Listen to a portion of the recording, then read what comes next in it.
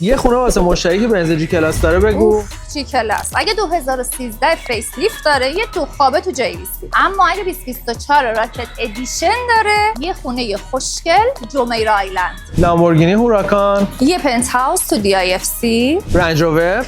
رنج روور سوارا خیلی با کلاسن. اگه اسپورت داشته باشه یه سه خوابه تو بلو واترز، اگه ایوک داشته باشه یه ویلای سه خوابه تو عربیان رنچز. کسی که پورشه 911 داره چی؟ 911 نه 911 همشون تو پالم جمیرا. روز روی سوارا چی؟ اونا فقط دنبال کوالیتی ان، یه سه خوابه تو سیتی واک اونا رو راضی میکنه. فراری سوارا رو هم بهم میگی؟ فراری رو نگم برات، یه ویلا تو دوبای هیلز استیت براش میگیرم. بوگاتی سوارا. بوگاتی سوارا دنبال گرون ترینان، 5 تا از گرون ترین جاهای دوباره رو توی کپشن برات نوشتم. 206 چطور؟ شاید باورت نشه مورد داشتیم 206 داشته، امیرم بوده 206 هم سفید بوده، یه پنت هاوس خریده توی قلب داونتاون.